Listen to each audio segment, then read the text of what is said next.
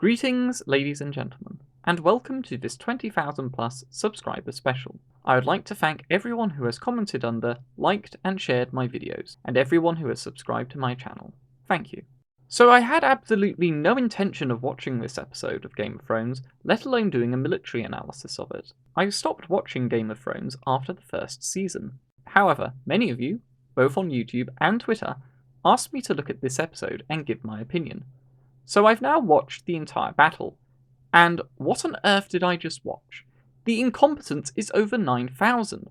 The filmmakers went full Rian Johnson. You never go full Rian Johnson.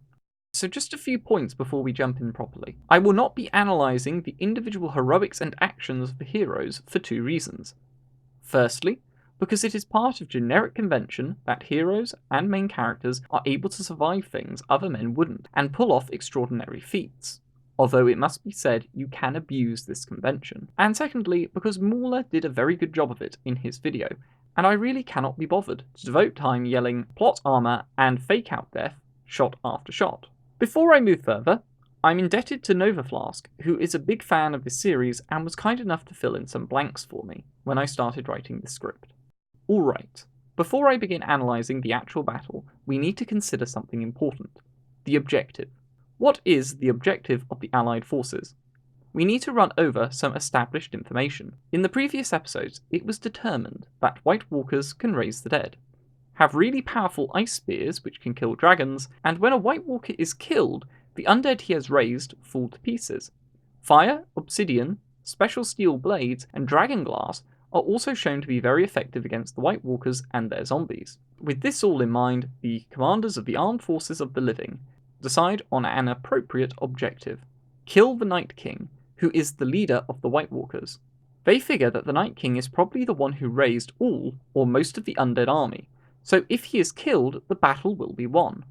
This turns out to be the case, so there is nothing wrong with the objective. The question is, how do you put yourself into a position where you can kill the Night King? There are only two reasonable strategies in this case: search and destroy, an offensive strategy, or lure and strike, a defensive strategy. Search and destroy would mean going on the offensive, and would probably mean fighting in some random field. And for multiple reasons, our heroes decide that isn't wise. So lure and strike is the chosen strategy. Again, nothing to fault here. So now the matter is one of execution. Our heroes know that the Night King is always aware of where Bran is, and he is out to kill him, because he is the new Three-Eyed Raven, and the Night King hates the Three-Eyed Raven. So Bran is the perfect bait. Now I'm going to tell you what I would do with this information. I would have every warrior man the walls of Winterfell, and have multiple obstacles placed below the castle walls. I would have every soldier armed with bows or melee weapons which could kill the undead. I would have Bran inside the main keep to lure the Night King, and have the two dragons flying around the castle. The strategy would be thus: wait for the undead to attack, and decimate them with the dragons and the archers. Doing this would result in either of these two positive outcomes. A. The White Walkers, including the Night King, coming out and trying to win the battle themselves. The undead would be unlikely to prevail against two dragons and a fortified castle working in tandem. The undead would be at such a massive disadvantage that the Night King would feel obliged to ride out on his dragon and attempt destroying the castle wall and finding Bran himself. And when he reveals himself, that would be the moment for Jon Snow and Daenerys to try killing him. B. The second outcome is that the Allied forces would succeed in destroying the undead, meaning that the Night King and his White Walkers would have no choice but to retreat, meaning that the Dothraki could chase after them on their horses, along with Jon Snow and Daenerys on their dragons. That would be my strategy. That is how I would arrange the forces. Now this is how the forces are actually arranged in the episode. Why are they not inside the castle? There is an undead horde coming, and manning the castle walls will give you a massive advantage. Now, for the sake of time, I'm going to presume there is a good reason why they are not in the castle, even though there isn't. It seems fairly spacious to me. And instead, focus on the arrangement. It's dumb. Firstly, since this is a defensive battle, the cavalry should not be in front. They should be in one of two places: the rear, acting as a reserve, or the flanks. There is good reason why in many battles cavalry were kept on the flanks, to avoid being outflanked and to outflank the enemy. Cavalry are fast, and so can easily adjust and move position to counter a force which might attempt to outflank them. This speed also means that when they are on the flanks, they are in the best position to attempt outflanking and surrounding the enemy. The only time you would want to put your cavalry in front of the line is when you intend to charge and go on the offensive, and since our heroes have opted for a defensive battle, this makes the decision even more ludicrous. Now, the trebuchets and catapults, why are they on the front? Why are they not behind the ranks of infantry? Or, better yet, why are they not on the walls or behind the walls of the castle? Trebuchets and catapults are not like horsemen or infantry. They cannot be moved easily, but they can be easily captured and taken when you put them on the front lines. Put them on the castle walls, where they will be safe and will benefit from the elevated height. Now, it's night, and the White Walkers and their undead minions really hate fire and are very vulnerable to it. So why are there no massive bonfires around the field? How are the soldiers supposed to see anything without light anyway? The audience can hardly see what's going on, for goodness sake. Why don't they have a massive wall made of bonfires and a huge moat in front of said wall? There are enough men here to make such defences, and it would give the defenders massive advantages. The undead would kill themselves trying to get through the wall, and the archers would be able to shoot the undead in relative safety as well. Alright, let's consider the fine men who comprise the army and their equipment. So the eunuch battalions have shields and long spears. Not too bad. Their armour looks like leather, so it isn't going to be that tough, but it's better than nothing. Some of these men don't seem to be wearing any kind of armour. Wait, is that a woman? There are women on the front lines? Do the commanders not know basic biology? Perhaps I'll make a separate video about this issue, but let's just leave it at this point. So why are the rest of the men, and women, not armed with shields? A couple of them have shields, but only the eunuchs seem to have them as regular equipment. How are these soldiers supposed to form defensive lines without shields? If they don't have shields, why don't they carry long pikes instead? Why would a mass of infantry not have shields? Also, pet peeve. Even the characters wearing full plate armour are not wearing helmets for some stupid reason. Do these people want to get their heads hacked off by zombies? Do they want to get concussed or bludgeoned? Goodness. Now, where is Bran? He must be near this army to act as bait, right? Perhaps on the castle walls? Well, no. He is in the Godswood, relatively far away from the army, and to make matters worse, he isn't even properly defended. This is a handful of men. If the Night King's primary objective is Bran, then he could just bypass the defending army and send his own troops to go straight for the Godswood. We see later that these zombies can climb walls, and Bran is only defended by a small number of men. The allies aren't even doing the bait part of the strategy properly. Anyway, the wandering, fornicating sorceress comes out of the darkness, which exists because nobody bothered making massive bonfires, and sets fire to all of the Dothraki's weapons. She doesn't do this for any of the other units though, which raises the question, why not? If everyone has a burning weapon +1, they will make mincemeat of the zombies. Hang on, the Dothraki were going to fight with normal steel blades? Why aren't they armed with dragonglass or obsidian weapons? Apparently the defenders have these resources. Why would you have men on the front line without proper weapons? Surely these troops should have priority. Now, I said you don't put your cavalry on the front line in front of your infantry, unless, perhaps, you plan to go on the offensive.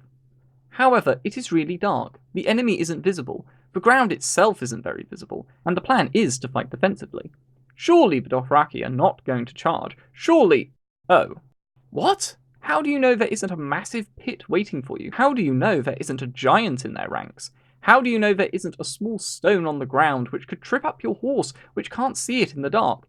You don't, because nothing is visible. There's only darkness ahead. Whose idea was this? Why are they even charging, if the plan is to lure out the Night King? Why is everyone else staying on the defensive? Why send only some of your army to charge? Why are the cavalry not being supported? Now, I have heard an explanation concerning this decision. It goes like this. Han's ex-girlfriend was worried about having to deal with the Dothraki living in Westeros after the war because they are a bunch of savages and might not be civilized enough to live among the people of Westeros. However, while this may be a good theorized explanation for the rationale behind the decision, it is still a terrible decision for two reasons. A. Wasting your units in battle is never wise. You never know when you may need a certain unit to do other attacks or tasks in the same battle. B. The commanders all know that Cersei still wants to go to war with them, so they are going to need the Dothraki to fight another battle. Although, B is not a problem, because in the next episode it is revealed only half of the Dothraki forces were destroyed. Where were the other Dothraki? Why weren't they here during this very important battle? Were they transported across the sea later? How long does it take to transport troops across the sea, and why weren't they brought over on the first trip? Or did they just spring out of the writer's anus? Oh well, magic I guess. But seriously, this decision is daft, and I can't see how it is going to help with the objective. And the trebuchets and catapults fire as the Dothraki are charging. Aren't they worried about friendly fire? Why didn't they fire a couple of rounds before sending the cavalry to charge? Why didn't they fire before and break the enemy's lines to help the charge? What is going on? Now, these tactics were so bad that all of the Dothraki die. Yes, all of them. Good job. The psychological effects are evident on the faces of the infantry, and just to be clear, this isn't how you raise morale. This is how you do the opposite. Good job! Even though all the Dothraki are dead and friendly fire is no longer an issue, no one orders the trebuchets and catapults to let loose again, even though they could kill zombies by firing again. Talk about not effectively using your assets. The undead then charge out of the gloom, and, because the trebuchets and catapults are on the front line, they are quickly overrun. Good job. Hang on a minute, why are there gaps in the line? Why are the infantry not formed into tight lines? Won't these fearless and mindless undead charge into these gaps and tear through and cause havoc? Normal soldiers might not do this because it would be too risky, perhaps, but these things don't have self-preservation instincts. There isn't a reason for them not to do it. Good job! The eunuchs are, of course, the only soldiers in the line who have any discipline. The rest look like peasants who are about to die horribly. Now, this is what the undead charge looks like. I'm not sure that's how it works. They seem to flow on top of each other like water. It's ridiculous. Bodies have weight. If people were to fall on top of each other like this, they would crush themselves rather than flow as portrayed. Maybe it's magic. Magic is always a good explanation when you are a lazy writer, or want to play fast and loose with physics and reality.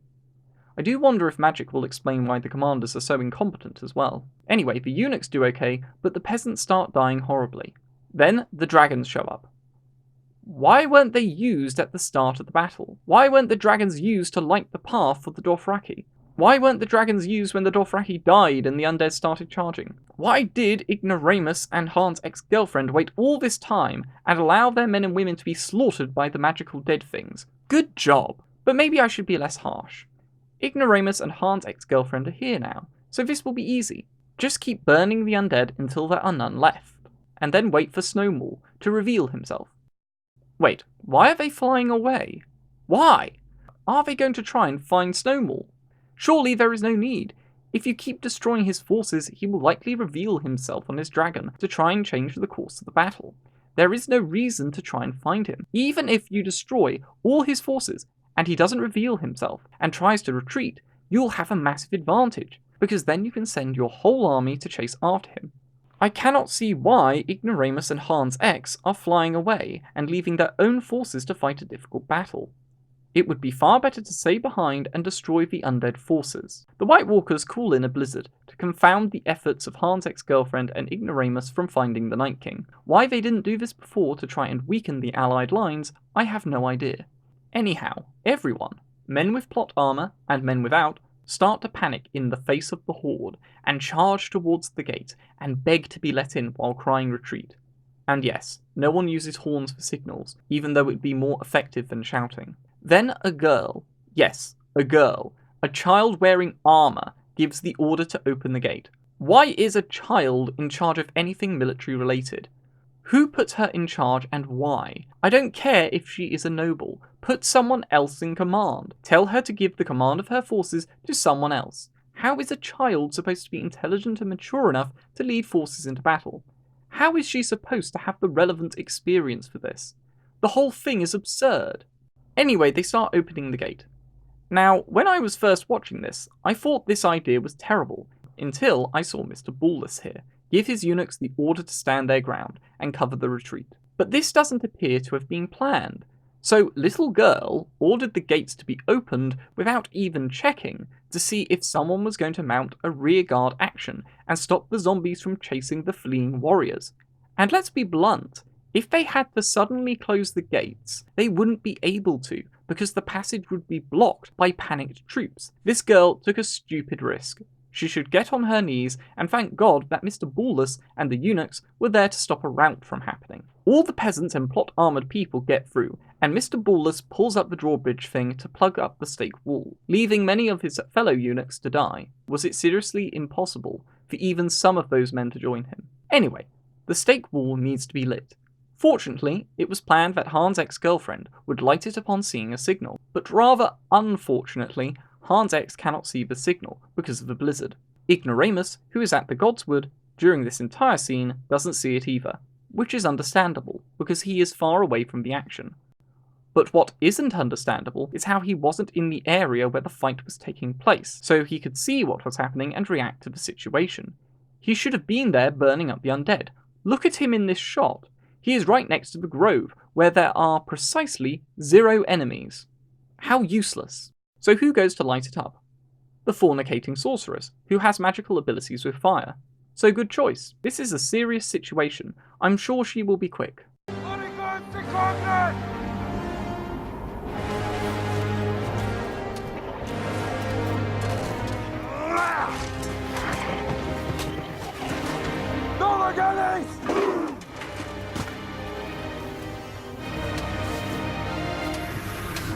Every second wasted, another soldier dies. Another person with friends and family disappears from this earth, leaving broken hearts and tear-stained cheeks. Move it! She does light it up, however, after a few failed attempts. Hang on a minute. Why wasn't this wall positioned in front of the infantry rather than behind them? Actually, never mind. Moving on. Ah, the undead are just standing there. This is excellent. No, truly it is. That means the archers can let loose and slaughter dozens of them, perhaps even hundreds. Easy prey. Archers, fire! Archers? The archers do nothing for some inexplicable reason, even though their targets are sitting ducks. Anyhow, half a dozen zombies begin to pile themselves onto the flaming stake wall, slowly and one at a time, to act as a kind of bridge. Hang on a second, I thought the zombies would burn to cinders whenever they touched an open flame. Why isn't that happening here? Why are the other zombies able to walk over their burning brethren without difficulty? And why are the archers still not firing? Come on, let loose. You might be able to stop them or slow them down at least. This happens next.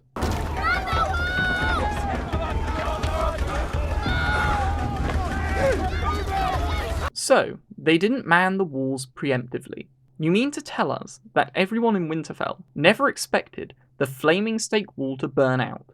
They thought it would go on all night and they wouldn't have anything else to worry about? How incompetent can you be? Well, at least they man the walls in time, and the zombies start climbing up. I'm not sure how they are doing this exactly. I guess magic. Oh, for some reason as well, the walls don't have moats with spikes beneath them. Now, surely the archers will be loosing volley after volley, and surely the defenders have prepared piles of rocks to drop and cauldrons of burning oil to pour on these undead fiends. No and no, the number of arrows shot from the walls and the turrets is, well, embarrassingly small. And the defenders have not prepared cauldrons of oil or piles of rocks to drop. Good job! If it weren't for the plot armor, you would all be dead by now. Suffice to say, the walls are quickly overrun, and an undead giant breaks the gate down. In all, things look to be over for the defenders of Winterfell. In spite of the fact that his enemies are being complete idiots and he is going to win this battle without needing to lift a finger, Snowmaul swoops in and destroys a massive part of the castle wall. Why? The walls are already overrun, and the gate is open. He doesn't need to do anything. He probably destroyed a battalion of his own zombies. Why is he putting himself in danger anyway? He could be sat in the forest, away from the battle, having a nice cup of tea, discussing the meaning of art with his fellow White Walkers at this moment in time. He doesn't need to do anything here. Anyway, he revealed himself by doing this, and Ignoramus and Han's ex-girlfriend attack him and knock him off his dragon, a dragon which I thought was killed in this scene, but it returns later. Incidentally, Snowmaul revealed himself before in this battle, when he attacked Ignoramus and Han's ex-girlfriend above the clouds, and again I don't know why he did this, because it was also unnecessary. Anyhow, Ignoramus's dragon collapses onto the snow, hurt from the fight in the sky, and we don't see it again during the episode. For some reason. Ignoramus falls off his dragon's back, however, and makes his way to Snowmaul, who is unhurt despite falling thousands of feet. Han's ex-girlfriend orders her dragon to breathe fire on him. This does nothing, and Snowmaul throws a powerful ice spear at her, which misses, because Han's ex dodges and flies off. Why did she fly off? Why didn't she turn around after dodging the spear and tell her dragon to rip Snowmaul apart with its claws, if the fire wasn't good enough? Why does she just leave? For goodness sake, the agreed objective is to kill Snowmaul. Good job! Ignoramus is made of tougher stuff, however, and tries to sneak up on Snowball, who raises the dead around him and traps Ignoramus in a circle consisting of thousands of zombies. The dead start rising everywhere, in fact, including in the crypts, where the women and children are hiding. Now, some commenters have said that it was a ridiculous decision for the women and children to hide in the crypts when the enemy can raise the dead. But to be fair, all the undead we see in the crypt are in stone sarcophagi, and shouldn't really have the strength to break out of them. I think it is a contrivance that they managed to do so. Still, the dead should have been removed just to be safe rather than sorry. At this point, everyone would appear to be doomed, as Ignoramus is surrounded and Snowball is entering the castle without difficulty. But wait! Han's ex-girlfriend returns and saves Ignoramus, but rather than offer him a ride so they can go and chase Snowball together, she lets him run across the battlefield to find Snowball on his own. Then she sits around with her dragon like a big lemon, and lets herself and her pet get overwhelmed by the newly raised zombies. Her dragon takes off and leaves her in the snow, where a magic, teleporting white knight rescues her from certain death. Alright, at this point, there isn't really anything left to analyse, apart from some ridiculous moments involving the heroes. There is just one scene to deal with, however. Snowball puts himself in danger again by going after Bran, I'm being paid millions, but I still can't be bothered to put any effort into acting for this episode to kill him personally. Fortunately for Bran, I'm being paid millions, but I still can't be bothered to put any effort into acting for this episode, Snowball finally gets punished for this mistake, which he has committed 3 times during the course of the battle. He is punished by Arya the Midget Stark. She pops out of nowhere, somehow sneaking past a small army of zombies. I guess magic is responsible, and kills him. All the undead dissolve, and the battle is finally over. Good job. Thank goodness it's over. I honestly thought that there would never be a film which could match The Last Jedi in terms of military incompetence. I was completely mistaken. This episode gives The Last Jedi a run for its money. I can hear Rian Johnson sweating uneasily in the background. The Long Night and The Last Jedi are great at showing audiences and critics why a sensible amount of competent military strategy and tactics are essential for telling a good story when the genre is action of some kind. Both these films leave the audience members scratching their heads, wondering how anyone could be so stupid. Both films tear the audience out of the story and ruin the suspension of disbelief, and both are not liked. It isn't possible for an audience to respect a group of heroes when they are completely incompetent. And it isn't possible for an audience to fear a villain who is also completely incompetent. If you are writing a story which involves war and battles, the heroes need to be competent and clever enough to win, and the villain needs to be competent enough to be a threat, so the story has tension. Thank you all for watching, I hope you all have an excellent day, and thank you so much for 20,000 plus subscribers.